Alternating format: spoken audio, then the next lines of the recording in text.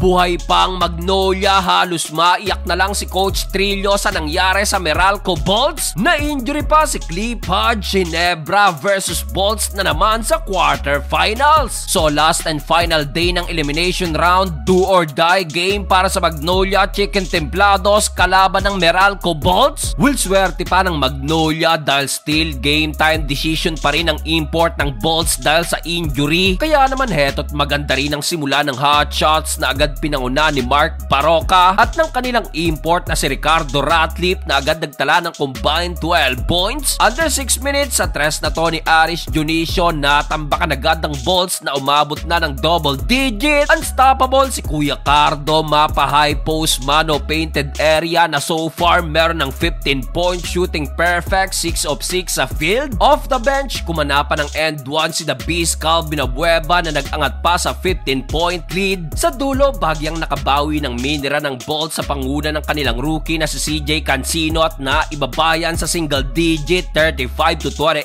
end of opening frame. Second quarter, another problem para sa Meralco Bolts dahil dito nasungkit na rin ng maaga ni Cliff Hodge ang kanyang third personal foul. Off the bench, nakakanapa agad ng wing 3-pointer si Paul Lee na sinagot naman agad ng tres ni Aaron Black. Xavier Lucero at Calvin Abueva napaka-effective din sa shaded area, nang bubuli lang at napa-flex pa sa play na to. Matapos siya, naghalimaw pa si Ricardo Ratliff na tinapos ang first half sa kanyang monster game with 24 points. Mukhang wala na ring balak i-contest pa to ng Bolts dahil sa injury ng kanilang import. Natapos ang first half, tambak malala, parang Lakers lang kanina. 70 plus points agad ang naitala ng Magnolia kontra sa 47 lang na Meralco Bolts. Start of the third quarter, mas lalo pang namagang tambak ng Magnolia sa mahigit 30 dahil pa rin kay Ricardo Ratliff dominating the paint. Isa lang ang ibig sabihin nito dahil kung matalo ang Bolts this game, muli na naman nating matutunghayan ang rival na Meralco Bolts kontra sa Barangay Ginebra sa quarterfinals, habang ang Magnolia naman magkakaroon pa ng isang knockout game depende sa magiging laban mamaya ng TNT at ng Rain or Shine. Well, kung manalo ang TNT, makakalaban ng hotshots sa knockout round ng Rain or Shine, at kung Rain or Shine naman ang mananalo, NLEX Road Warriors naman ang kanilang makakabangga. Pero dito kahit papano, bagyang nabuhayan pa ang Bolts ng mapa takeover si Almasan na nagtotal na sa 23